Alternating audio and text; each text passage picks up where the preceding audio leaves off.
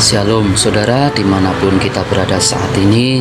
Renungan pagi hari ini terambil dalam kitab Injil Markus pasal 8 ayat 1 sampai dengan ayat yang ke-10 dengan perikop Yesus memberi makan 4.000 orang. Saya membaca ayat 1 sampai dengan ayat yang ketiga.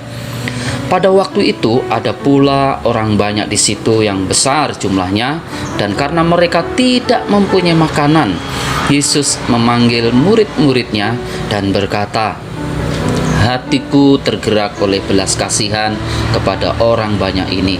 Sudah 3 hari mereka mengikuti aku, dan mereka tidak mempunyai makanan.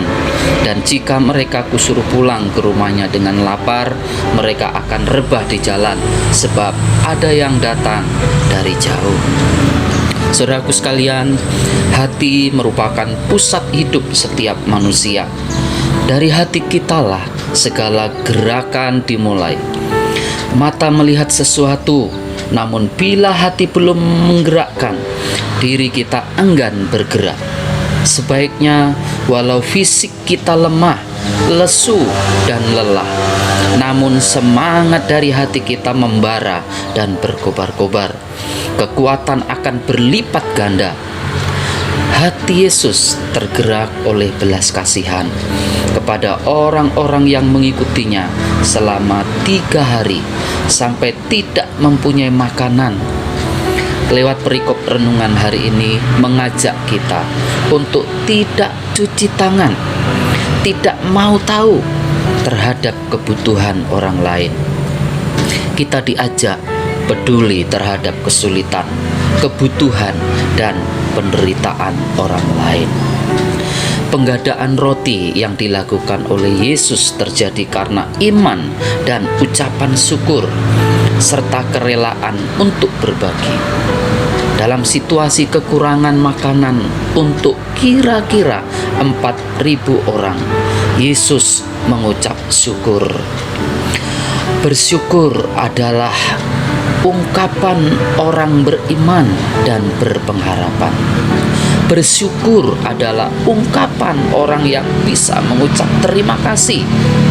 Bersyukur adalah ungkapan orang yang terbuka dan berbagi. Dengan demikian, orang yang bersyukur adalah orang yang mau memberi perhatian dan rela berbagi dengan orang lain. Maka jangan heran bila orang-orang yang bisa bersyukur akan mendapat anugerah melimpah. Mereka menerima bukan hanya untuk dirinya sendiri, tetapi menyadari bahwa ia menjadi penyalur rahmat Allah. Ia mau berbagi dengan yang lain, terlebih yang membutuhkan. Akhirnya, supaya arah pikiran atau iman tidak gampang dibelokkan oleh tujuan-tujuan tertentu yang menguntungkan sepihak, kita perlu memupuk jalinan relasi yang erat satu sama lain.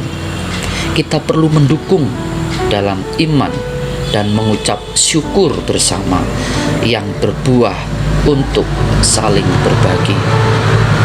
Kerjasama dengan orang-orang yang berkehendak baik akan semakin memampukan dan meluaskan perhatian kita pada orang-orang yang membutuhkan bantuan. Diharapkan apa yang kita buat mampu menggerakkan orang lain untuk bersyukur.